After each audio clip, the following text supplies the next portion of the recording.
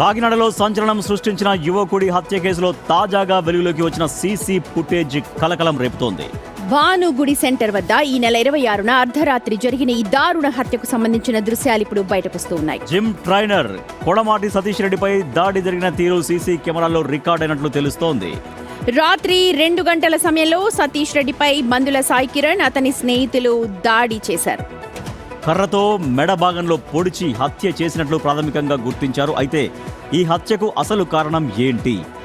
అక్రమ సంబంధం, ఆర్థిక లావాదేవీలై హత్యకు దారి తీశాయా అన్న కోణాల్లో ఇప్పుడు 2 టౌన్ పోలీసులు దర్యాప్తు చేస్తూ ఉన్నారు. మనం చూస్తున్నాం, విజువల్స్ చూడొచ్చు, సీసీటీవీ రికార్డులో వచ్చినటువంటి దృశ్యాలవి.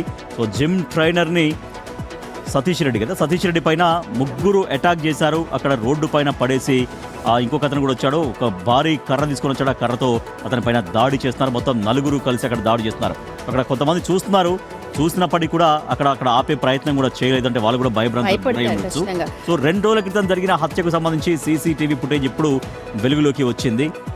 దీంతో ఇప్పుడు ఇది చాలా కీలకంగా మారుతోంది. ఫుటేజ్ ఆధారంగా దాడిలో పాల్గొన్న వారి కదలికలు, ఘటనకు ముందు ఆ తర్వాత జరిగిన పరిణామాలపై పోలీసులు ఆరా తీస్తూ ఉన్నారు. మృతదేహాన్ని పోస్ట్ మార్టం కోసం కాకినాడ ప్రభుత్వ ఆసుపత్రికి తరలించిన పోలీసులు హత్య వెనుక పూర్తి కారణాలను వెలికి తీసే పనిలో ఉన్నారు. సో చూసినాం, నడి రోడ్డు పైన మధ్యరాత్రి టైంలో 2 గంటల సమయంలో వాళ్ళు అత్యంత దారుణంగా ఒక్కడిని 4 కర్రలతో కత్తులతో దాడి చేసి అతన్ని అక్కడే చంపేశారు. మా ప్రతినిధి శివశంకర్ మరింత సమాచారం అందిస్తారు. శివశంకర్, వాళ్ళని గుర్తించారా? సీసీటీవీ ఫుటేజ్లో ఉన్న వాళ్ళని ఏమైనా క్లూస్ దొరికాయా?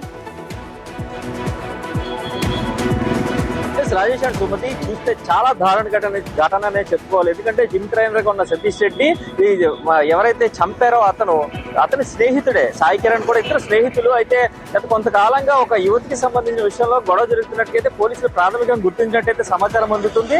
అయితే అర్ధరాత్రి 1:30 సమయంలో ఫోన్ చేసి నీతో మాట్లాడాలి, భానుగుడి జంక్షన్ దగ్గరికి రమ్మని అయితే ఫోన్ చేసినట్టు సాయి కిరణ్ ఫోన్ చేసినట్లయితే ప్రాథమికంగా పోలీసులకి సమాచారం అయితే అందింది.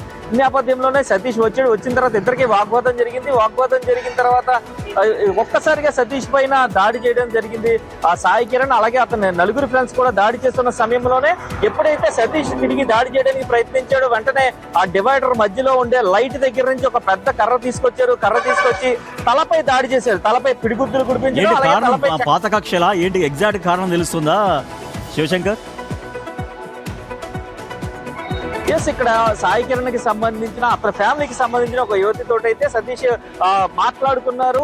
ఈ సాయి కిరణ్ కి సంబంధించిన విషయాలన్నీ చెప్తున్నాడు అనే విషయంగా అయితే గొడవ చెలరేగినట్టు తెలుస్తుంది. ఈ గొడవకి సంబంధించి గత కొంతకాలంగా కూడా ఇద్దరి మధ్యన కాస్త డిస్కషన్ జరుగుతున్నట్టుగా కూడా మనకి తెలుస్తుంది.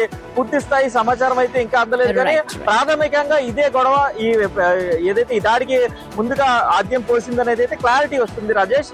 అలాగే ఇంకొక విషయం చూసినట్లయితే కనుక దాడి చేసిన తర్వాత కూడా పూర్తిగా గొంతులోకి చెక్కతోటి దింపి 3 సార్లు దింపి పూర్తిగా చనిపోయాడని నిర్ధారించుకున్న తర్వాత కూడా రోడ్డుపై కేకలు వేస్తూ హల్చల్ చేశాడు Sai Kiran. Right, okay, thank you Shivshankar.